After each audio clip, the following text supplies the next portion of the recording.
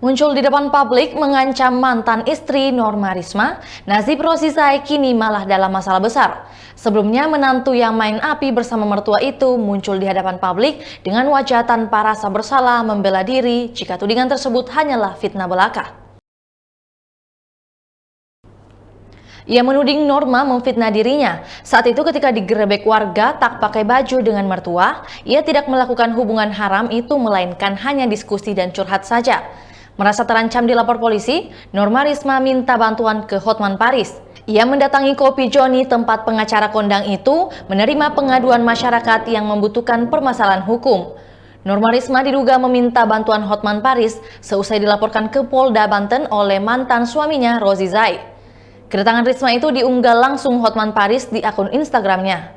Dalam video tersebut, tampak Norma Risma menemui Hotman Paris. Tim dari Hotman 911 membacakan gugatan Rosy terkait poin-poin dalam perceraian yang disebut janggal dan direkayasa.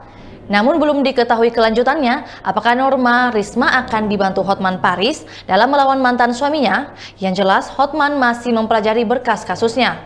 Unggahan itu mendapat banjir dukungan dari warganet agar Hotman Paris membantu Norma Risma.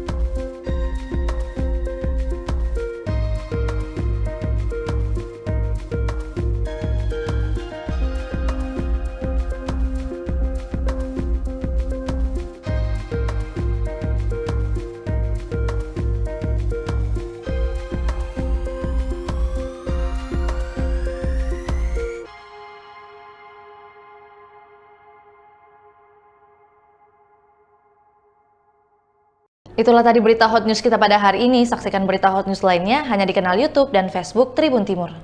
Terima kasih sudah nonton. Jangan lupa like, subscribe, dan share ya.